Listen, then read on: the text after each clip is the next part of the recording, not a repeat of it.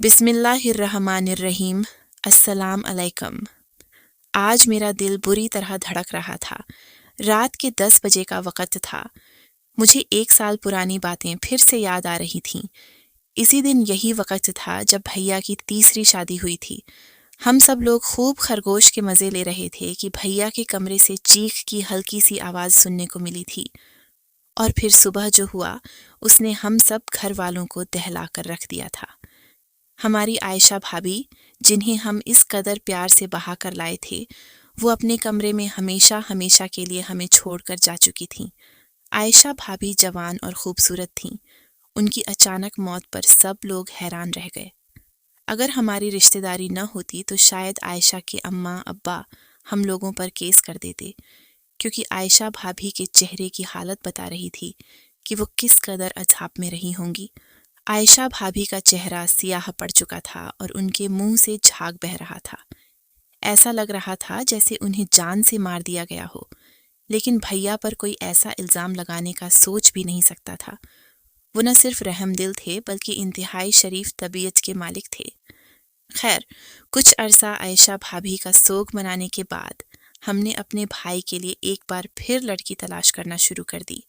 اس بار جس گھرانے سے ہمیں لڑکی ملی تھی، یہ لوگ بہت خوبصورت تھے۔ ان کی خاندانی خوبصورتی تھی۔ میری بھابھی فاطمہ کو جو بھی دیکھتا، رشک بھری نگاہوں سے دیکھتا۔ شادی ہوئی تو میرا دل دھڑک رہا تھا۔ نہ جانے کیوں مجھے لگ رہا تھا کہ آج رات فاطمہ بھابھی اس زندگی سے ناتا توڑ کر ہم سے بہت دور چلی جائیں گی۔ آخر عائشہ بھابھی کے ساتھ بھی تو ایسا ہی ہوا تھا۔ تب میں نے دل ہی دل میں سوچا کہ اب میں ایسا نہیں ہونے دوں گی، کیونکہ عائشہ بھابھی کی موت ایسی ہوئی تھی اور اس کے پیچھے ضرور کوئی نہ کوئی مسئلہ تھا، اگرچہ ہمیں یہ سب ابھی تک معلوم نہ تھا کہ اس کی وجہ کیا ہے، لیکن ایک جیسی موتیں ہونے کی وجہ تو صاف ظاہر ہے کہ اس کے پیچھے کوئی نہ کوئی ہاتھ ہے۔ یہ تو خیر سے لوگوں کی شرافت تھی کہ انہوں نے ہم پر غلط الزامات نہیں لگائے، ورنہ ایسے گھر میں رشتہ کون دیتا ہے۔ فاطمہ کو ہم خاندان سے بہا کر لائے تھے۔ ان کے ماں باپ غریب تھے، اس سب کے باوجود بھی انہوں نے اپنی بیٹی کا رشتہ ہمیں دے دیا۔ ہم ان کے مشکور تھے، مگر شادی کے دن میں نے اپنے دل میں یہ ٹھان لیا کہ فاطمہ کے ساتھ وہ سب نہیں ہونے دوں گی۔ میں نے فاطمہ کے ساتھ بات چیت شروع کر دی۔ رات کو جب ہم دلہن کو اس کے کمرے میں لے کر گئے تو میں اس کے پاس ہی بیٹھی رہی۔ وہ بہت ڈری سہمی معصوم سی لڑکی تھی۔ میں اس سے باتیں کرتی تو وہ جواب دیتی جاتی۔ اس نے خود سے کوئی بات نہیں کی۔ تب میں نے کہا، آج رات میں یہیں رہ جاتی ہوں، کیونکہ ہماری پچھلی بھابھیوں کے ساتھ جو ہو چکا ہے میں تمہارے ساتھ نہیں ہونے دینا چاہتی۔ اس نے خوفزدہ نگاہوں سے میری طرف دیکھا۔ کیا ہوا تھا آپ کی پچھلی بھابھیوں کے ساتھ؟ کچھ نہیں، ابھی تمہیں پتہ چل جائے گا، لیکن فی الحال اس بارے میں بات کرنا اچھی بات نہیں، میں نے اسے سمجھایا۔ وہ کسی بچی کی طرح ہاتھ باندھے بیٹھی رہی۔ اس نے تو اس بات پر کوئی اعتراض نہیں کیا کہ میں رات کو اسی کے کمرے میں ٹھہر جاؤں۔ تھوڑی دیر بعد مگر جب بھیا آئے تو اماں نے مجھے کمرے سے باہر جانے کا کہا۔ بولیں، میاں، بیوی کے معاملات میں دخل اندازی کرنا اچھی بات نہیں، تم جا کر اپنے کمرے میں سو جاؤ۔ مگر مجھے چین کہاں تھا۔ میں اماں اور بھیا دونوں سے لڑ پڑی۔ اماں، آپ نہیں جانتی پچھلی بھابھیوں کے ساتھ کیا ہوا، انہیں بھی اکیلا چھوڑ دیں گے تو وہی دیکھنا چاہتی ہوں کہ آخر اس کمرے میں کیا ہو سکتا ہے۔ اماں، کیا پتا کہ ہمارے جاگنے سے وہ افسوسناک واقعہ ٹل جائے۔ اب ایسا کچھ نہیں ہوگا، اماں نے مضبوطی سے کہا۔ اماں، آپ نے تو پہلے بھی ایسا ہی کہا تھا، اس کی کیا گارنٹی ہے کہ کچھ نہیں ہوگا؟ میری ضد پر اماں سوچ میں پڑ گئیں۔ سچی بات تو یہ ہے کہ بھیا بھی ڈر رہے تھے۔ پھر بھیا خود ہی کہنے لگے، اچھا مریم، تم ایسا کرو، تم یہیں اسی کمرے میں سو جاؤ، میں صوفے پر لیٹ جاتا ہوں۔ ہو سکتا ہے کہ رات کو کوئی ایسا واقعہ پیش آئے تو ہم دونوں کی ضرورت پڑے۔ مجھے خود اس واقعے کی سمجھ نہیں آتی، میں چاہتا ہوں کہ تم یہیں رہو۔ بھائی کی بات سن کر میں نے خدا کا شکر ادا کیا کہ آج میں فاطمہ بھابھی کی جان بچانے میں کامیاب ہو جاؤں گی۔ تھوڑی دیر کے بعد میں نے کمرے کی روشنی بجھا دی اور کمرے میں ایک ہلکا سا لیمپ چلا دیا۔ فاطمہ مجھ سے باتیں کرتے کرتے حلقۂ عروسی میں ہی سو گئی۔ میں اسے دیکھتے دیکھتے نہ جانے کب نیند کی وادیوں میں کھو گئی۔ تب اچانک میری نظر سامنے والے کمرے پر پڑی جہاں مجھے ایک سایہ سا نظر آیا۔ میں ہڑبڑا کر اٹھ بیٹھی۔ یا اللہ، نہ جانے فاطمہ بھابھی کا دشمن ہی تو نہیں جو ان کی جان لینے آ رہا ہے، میں نے دل میں سوچا۔ آگے کھڑا شخص جس کا سایہ پڑ رہا تھا وہ بھی کالے رنگ کے لباس میں ملبوس تھا اور اس کا قد کافی اونچا لگ رہا تھا۔ یہ دیکھ کر میرا وجود کانپنے لگا۔ اس سے پہلے کہ وہ شخص ہمارے کمرے تک آتا، میں نے چیخ ماری اور بھیا کو جگایا۔ بھیا اٹھو، وہ آ گیا، وہ فاطمہ بھابھی کو مارنا چاہتا ہے، میں جنونی انداز میں کہے جا رہی تھی۔ بھائی بھی آنکھیں ملتے اٹھ کھڑے ہوئے۔ کہاں ہے وہ؟ کون ہے؟ کس کی بات کر رہی ہو؟ بھائی مجھ سے پوچھنے لگے۔ بھیا کمرے کے دروازے پر کھڑا تھا، وہ اب بھی ادھر کو ہی آ رہا ہوگا، میں نے بھائی سے کہا۔ مگر ہم تو نہتھے ہیں، ہمارے پاس ایسی کوئی چیز نہیں کہ ہم اپنا دفاع کر سکیں، میں نے کہا۔ ایسی افراد فری میں فاطمہ بھی اٹھ کر جاگ گئی تھی۔ وہ بھی اپنے بستر پر ڈری سہمی بیٹھی تھی۔ بھیا کچھ سمجھ نہ پا رہے تھے کہ اس خستہ حال میں کیا کریں۔ اب سوائے اس قاتل کا انتظار کرنے کے اور کوئی راستہ ہمارے پاس بچا نہیں تھا۔ تب بھائی نے عقل مندی یہ کی کہ کمرے کے فون سے بڑے بھائیوں کو فون کر کے جگا دیا۔ کہا کہ کمرے میں کوئی آ رہا ہے، ہو سکتا ہے کہ وہ مسلح ہو، اس لیے تم لوگ باہر آ کر دیکھو، اگر کوئی خطرے کی بات نہ ہو تو ہی ہم باہر آئیں گے۔ باقی بھائی اور ہمارے رشتہ دار دوڑے دوڑے آئے۔ سب نے راہداری کو روشن کر کے دیکھا، مگر وہاں کوئی نہیں تھا۔ سب کے سامنے میری سبکی ہوئی۔ میں نے تو اپنی واضح آنکھوں سے اس سائے کو کمرے کی طرف آتے دیکھا تھا، مگر کسی کو نہ پا کر اب سارے ہی مجھے مشکوک نگاہوں سے دیکھ رہے تھے، جبکہ میں اچھی طرح جانتی تھی کہ یہ میرا وہم نہیں ہے، بلکہ ایسا واقعی میں نے دیکھا تھا۔ خیر، سب لوگ اپنے اپنے کمروں میں چلے گئے۔ ہمیں تو کیا نیند آنی تھی، رات کے 3 بجے کا وقت تھا۔ میں نے جا کر تہجد کی نماز پڑھی، وضو کیا اور پھر فجر کی نماز کے لیے انتظار کرنے لگی۔ فاطمہ بھی پریشان سی تھی، اس سارے ہنگامے میں اسے کیا نیند آتی۔ اس نے اپنا عروسی لباس بدل لیا اور سفید کپڑے پہن لی۔ ہم سب نے ایک ساتھ نماز ادا کی۔ نماز کے بعد میں اپنے کمرے میں چلی گئی۔ دیکھا تو اماں بھی تسبیح پڑھ رہی تھیں۔ میں نے ان کو ساری بات بتائی۔ میری بات پر وہ ہمیشہ یقین کیا کرتی تھیں، چاہے کوئی میری بات مانے نہ مانے۔ اماں میری بات سن کر پریشانی سے بولیں، بیٹی، اگر تو نے اس سائے کو دیکھا ہے تو لازمی نہیں کہ وہ انسان ہو، وہ کوئی جنات یا پھر دوسری مخلوق بھی تو ہو سکتی ہے۔ اماں کی بات سن کر میں بھی سوچ میں پڑ گئی۔ بات تو اماں کی 100% درست تھی، کیونکہ کئی دفعہ ایسا بھی ہوتا ہے کہ جنات انسان کی شادیاں رکھوانے کے لیے انسان کے ساتھ طرح طرح کے حربے کرتے ہیں۔ ہو سکتا ہے کہ بھائی پر کوئی جن زادی عاشق ہو، میں نے دل میں سوچا، اور اسی وجہ سے بھائی کی تینوں بیویاں موت کے گھاٹ اتار دی گئی ہوں۔ اب ساری بات میری سمجھ میں آ گئی تھی۔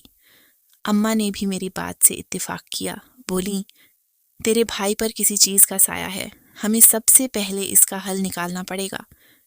تب اماں نے اپنی ایک ماں بولی بہن خالہ زینب سے بات کی۔ ان کے پاس کافی وظائف وغیرہ ہوتے تھے، جن کی وجہ سے وہ کافی مشہور بھی تھیں اور عملیات کی ماہر جانی جاتی تھیں۔ آصف کا توڑ اور ہر قسم کے جادو کا حل خالہ زینب کے پاس تھا۔ خالہ زینب نے 4 وظائف اماں کو پڑھنے کو دیا، لیکن ان چاروں وظائف کے لیے رات بھر جاگنے کی ضرورت تھی۔ اس کے ساتھ سفید کپڑوں کا استعمال لازمی تھا۔ اماں نے فاطمہ بھابھی کو سفید کپڑے پہننے کی ہدایت کی اور وہ 4 وظائف پڑھنے کے لیے اپنے آپ کو تیار کرنا شروع کیا، مگر مسئلہ یہ تھا کہ اماں کا بلڈ پریشر اکثر ہائی رہتا تھا۔ انہیں احتیاط کی ضرورت تھی اور ان کے لیے رات کی نیند پوری کرنا ضروری تھا۔ ایسے میں سب کی نظریں بڑی بھابھی پر جم گئیں۔ بڑی بھابھی کو بیوہ ہوئے قریباً 6 سال گزر گئے تھے۔ ہم سب ان کی عزت کرتے تھے۔ ان کی شخصیت میں اس قدر سنجیدگی اور وقار تھا کہ کوئی بھی ان کے سامنے اف تک نہ کرتا۔ خاندان میں ان کی عزت یوں تھی جیسے کسی بڑے پیشوا کی ہوتی ہے۔ اماں کی بیماری کا خیال کرتے ہوئے میں نے بھابھی سے منت کی، بھابھی، مجھے آپ پر پورا یقین ہے یہ عمل آپ ہی کر سکتی ہیں۔ اگر آپ ہماری مدد کریں گی تو بھیا کی دلہن شاید بچ جائے، کیونکہ مجھے تو سچ پوچھے ابھی بھی ڈر لگ رہا ہے۔ اگرچہ پہلی رات کو کچھ نہیں ہوا، مگر اس کے بعد کچھ بھی ہو سکتا ہے۔ ہمیں یہ سب ہونے سے پہلے ہی سوچنا چاہیے۔ بڑی بھابھی نے میری بات پر ہاں میں سر ہلایا۔ وہ یہ عمل کرنے کے لیے آمادہ ہو گئیں، مگر اس عمل کے لیے پوری رات جاگنا کافی مشکل بات تھی۔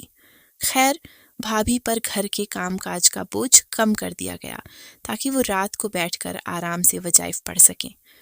ہمارے گھر میں ویسے بھی ایک نوکرانی آتی تھی جو گھر کا سارا کام کر جاتی، سو ہم نے دونوں بھابھیوں کو آرام سے رکھا ہوا تھا۔ شام کا وقت تھا، ہم سب لوگ اپنے اپنے کمروں میں موجود تھے۔ بھابھی کھانا کھا کر بات چیت نہیں کی۔ مجھے ان کا رویہ کچھ عجیب سا لگا، یا وہ پریشان تھیں یا ہم سے ناراض تھیں۔ شاید ہم نے کوئی نامناسب بات کر دی ہو، مگر پھر ان کا سنجیدہ رویہ دیکھ کر مجھ میں کچھ پوچھنے کی ہمت نہیں ہوئی۔ میں بھی کھانا کھا کر اپنے کمرے میں چلی گئی۔ رات کو مجھے عموماً جلد ہی نیند آ جاتی تھی، مگر آج ایسا نہیں ہوا۔ عجیب سی بے چینی تھی جو میرے دل کو چین نہ لینے دیتی۔ میں بار بار کروٹ بدلتی۔ کبھی جی چاہتا کہ جا کر باہر پانی پی آؤں یا ایک چکر صحن کا لگا آؤں۔ اسی ساری کشمکش میں رات کے قریباً 2 یا 3 بجے کا وقت ہو گیا۔ میں اپنے کمرے سے چپکے سے نکلی، دبے پاؤں آگے بڑھنے لگی۔ میں کچن سے جا کر کچھ کھانے کی چیز لانا چاہتی تھی۔ مجھے اگرچہ ڈر بھی لگ رہا تھا، مگر میں آگے بڑھتی جا رہی تھی۔ راہداری سے گزرتے ہوئے اس وقت میری روح کانپ کر رہ گئی جب مجھے لگا کہ فاطمہ بھابھی اور بھیا کے دروازے کے باہر کوئی بیٹھا ہوا ہے۔ اس نے وہی کالے رنگ کے کپڑے پہن رکھے تھے، جبکہ ہاتھ میں کوئی ٹوکری نما چیز تھی۔ یہ دیکھ کر میری ریڑھ کی ہڈی میں جیسے سنسناہٹ سی دوڑ گئی۔ میں نے ایک قدم آگے نہ بڑھایا۔ وہ شخص بھی یوں ہی بیٹھا رہا۔ مجھے کچھ غلط ہونے کا احساس ہو رہا تھا۔ میں اگر یہیں چیخ مارتی یا شور مچاتی تو وہ شخص پہلے سے بھی زیادہ چکنا ہو جاتا۔ سیکنڈ کے 1000ویں حصے میں نے سوچ لیا کہ مجھے کیا کرنا ہے۔ میں وہیں سے پلٹی اور بڑی بھابھی کے کمرے کی طرف جانے لگی۔ مجھے یہ جان کر بہت حیرت ہوئی کہ بھابھی کا کمرہ تو پہلے سے کھلا ہوا تھا۔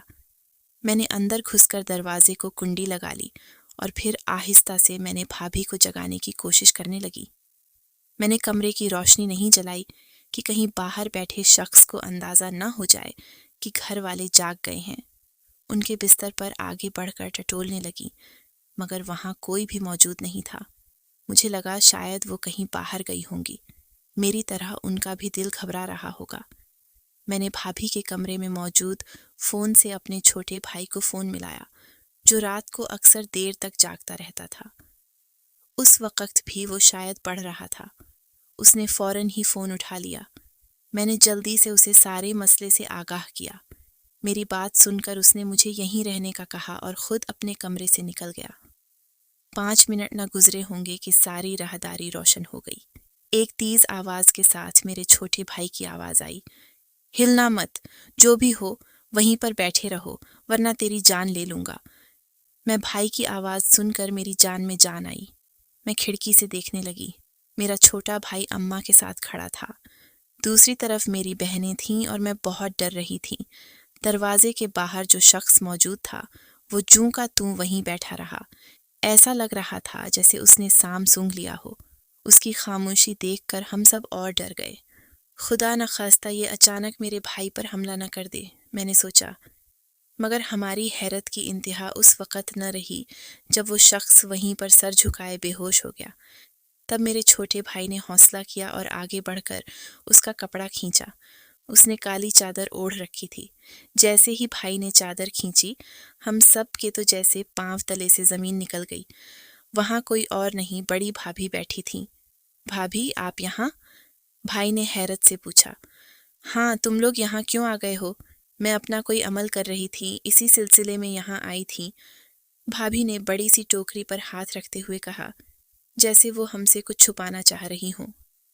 رات کے اس پہر دروازے کی چوکھٹ پر بیٹھ کر تم کون سا عمل کر رہی تھی بہو؟ اماں نے پوچھا۔ امی جان، آپ کو تو پتہ ہے، آپ نے خود ہی تو مجھے یہ عمل کرنے کو کہا تھا۔ ہاں، مگر وہ عمل تو الگ تھا۔ تمہارے ہاتھ میں کیا ہے یہ؟